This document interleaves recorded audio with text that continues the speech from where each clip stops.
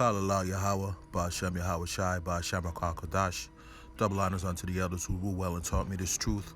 Salutations to the Yakim on the highways and hedges, furthering this truth and sincerity indeed. To the Akwath who support us and stay surrounded by this truth. To the scattered of Yahshua across the four corners of the earth, a stumbling block to those outside of this ministry. This is Counselor Dawad, the real brother beloved, and this is only for the elect. Only for the elect.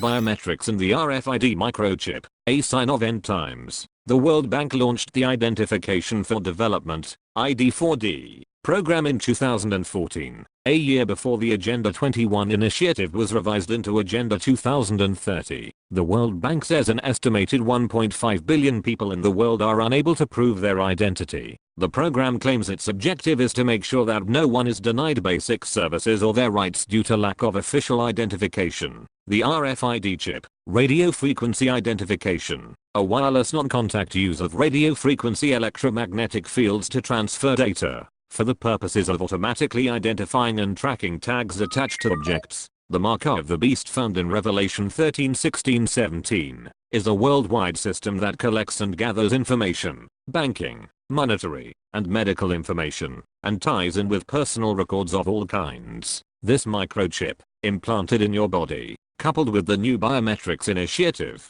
will personally connect you to that system. Are you prepared to say no to the implantable microchip and choose Yahuwah Hashem Yahweh Shai, when your very livelihood and the ability to support you and your family may rely on it? Get educated, stay wise, raise up. I'm Danilo Ashabal. Good night.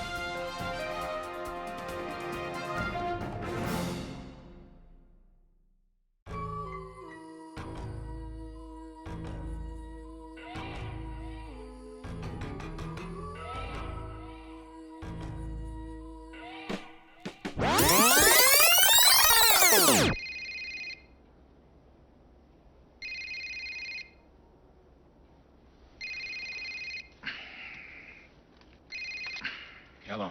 It's me. Turn on the TV. Hang on.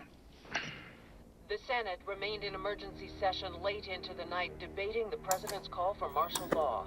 We have in this country a tradition of invoking martial law only when the most dire of circumstances require it. But at what cost? All eyes now turn to New York City to see if martial law will bring the terror to an end.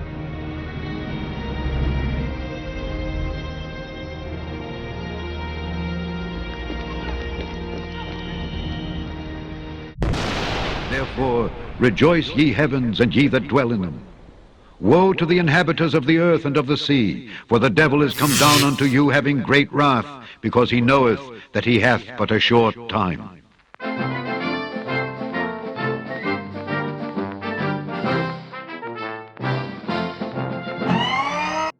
This just in. The FBI considers conspiracy theories, which have had tremendous traction online, a dangerous breeding ground for domestic terrorists, according to a recent bulletin produced out of the agency's Phoenix field office. The memo dated the 30th of May, states that federal authorities believe identity-based and fringe political conspiracy theories are more than likely to motivate some domestic terrorists to commit criminal and sometimes violent activity. Since certain narratives tacitly support or legitimize violent action, the bulletin specifically refers to QAnon, but is indirectly aimed at the Hebrew Israelites, who have remained public enemy number one since the Black Identity Extremists Initiative was reassessed earlier this year by the Trump administration. Although the Hebrew Israelites' doctrine of impending doom on Babylon, which they have identified as spiritual Sodom and Egypt, spread on the global scene like wildfire, not one incident of violence can be linked to them to date.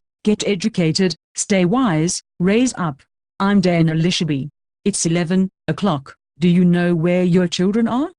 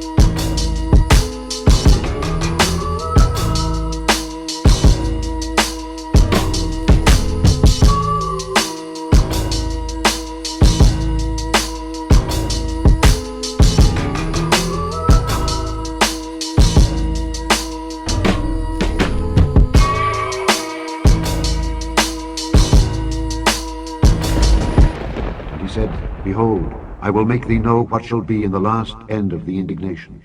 For at the time appointed, the end of the shall National be. Border Patrol Council, Brandon Judd.